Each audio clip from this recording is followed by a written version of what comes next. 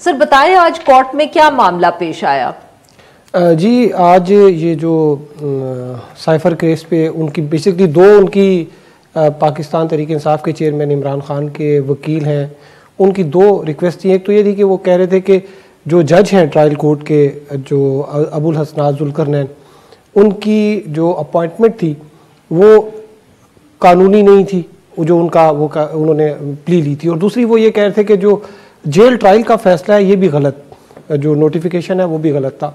तो उसमें पार्शली जो है वो उसको अलाउ किया गया है। जज की तैनाती को दुरुस्त करार दिया। उसमें आज इस्लामाबाद हाई कोर्ट ने गुज़िश्ता रोज़ जो है वो कुछ डॉक्यूमेंट्स रजिस्ट्रार से मंगवाए थे जज की तैनाती से मुतालिक भी, और ये भी कहा था कि जो जेल ट्रायल के लिए जो हाई कोर्ट के रूल्स, क्योंकि वो इसमें आपने शॉर्ट ऑर्डर में भी देखा होगा कि 352 सेक्शन जो है CRPC के, और साथ में हाई कोर्ट के रूल्स का भी हवाला दिया गया, रूल 3 है।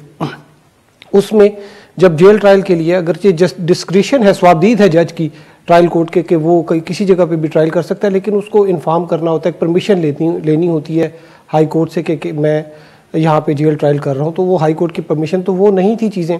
तो ये जो बेसिकली इफ आई मुझे बताइएगा कि इसके अंदर इशू उनका ये था कि जब तक जज की तरफ से ये रिक्वेस्ट नहीं होती या उसकी इजाजत नहीं होती तब तक फेडरल कैबिनेट से ये इजाजत लेने का कोई फायदा नहीं है। नहीं, जब तक प्रोसेस आपने कंप्लीट नहीं किया तब से फिर आप उस वक्त के बाद से जब आप प्रोसेस कंप्लीट करेंगे उसके बाद आपकी जो प्रोसीडिंग है वो कानूनी होगी। अगर आपने प्रोसेस नहीं अडॉप्ट किया तो इसमें अब ये जो अभी आर्डर आया इससे ये हुआ कि अब तक जो वहाँ पे प्रोसीडिंग हुई थी, यानी कि वहाँ पे जो फर्द जुर्म आयद हुई, जो इंडाइटमेंट हुई थी, वो भी गैर कानूनी हो गई, वो भी ख़त्म हो गई।